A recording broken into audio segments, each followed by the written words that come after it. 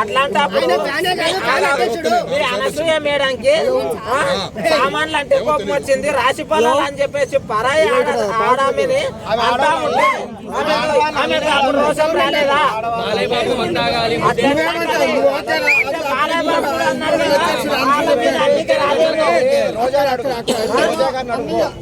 ఇప్పుడు అందులో ఎన్ని షోలు చేసిరు, జబర్దస్త్ లా ఎన్ని షోలు చేసిర్రు, ఏమి చేసిర్రు, ఇప్పుడు మొత్తం ఆడోళ్ళని తిట్టే ఓడు ఆదిగాడు అయితే ఎప్పుడు చూసినా లేడీస్ ఆది అనేటానికి అక్క చెల్లెళ్ళు ఉన్నారా లేదా కూడా తెలియదు నిజంగా.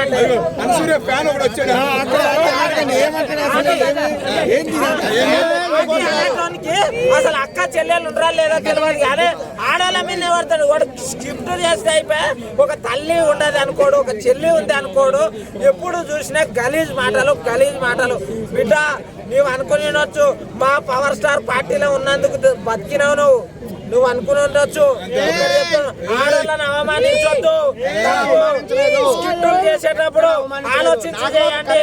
నాగబాబు గారు పక్క నవ్విండు కదా ఆ రోజు కూడా శివాజీ గారి మీద వచ్చి అరిచిండు. ఓకే, మహిళల పక్షాన అనుకుందాం.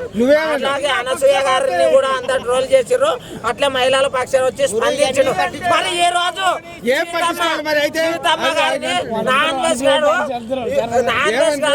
గలీజ్ మాటలు ఇట్లా అంటే అసలు ఎందుకు రావడం లేదు, ఎందుకు స్పందించడం లేదు నాగబాబు గారు, అది చెప్పాలి. పనికిరాని ఒక అంశం ఎందుకు చెప్పాలి మీరు అందరం కలిసి మీరు అంటే అడిగించండి.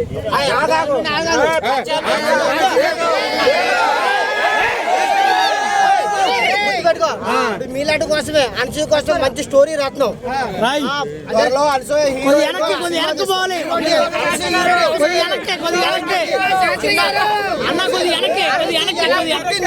అనసూయ ఎలా పెరిగింది, ఏం తిన్నది, అనసూయ ఎలా ఆడుకుంది అన్ని తీస్తాం.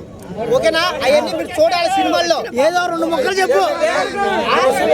ఎట్లా పుట్టింది, ఎలా పెరిగింది, ఏం తిన్నది, ఏడ చేసింది, ఏ స్కూల్లో చదువుకున్నది, ఏ కాలేజీలో ఉంది, ఎంతమందితో ఫ్రెండ్షిప్ చేసింది, ఎంతమందితో కలిసి ఉన్నది, ఎక్కడెక్కడ తిరిగింది, ఎక్కడెక్కడ చేసిందో అన్ని మీ స్టోరీ తీస్తున్నాం. 10 కోట్లు పెట్టాను సినిమా తీస్తాం.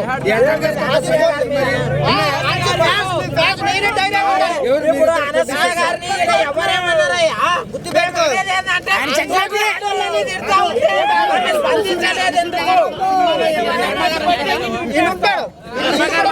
ఒకటి కాబట్టి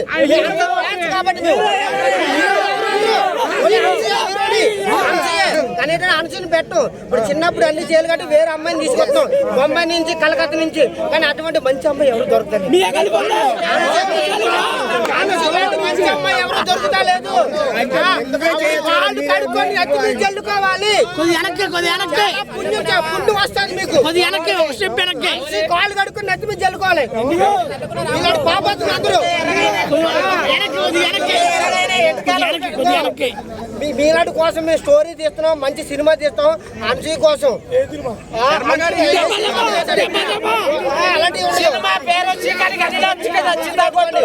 అలాంటి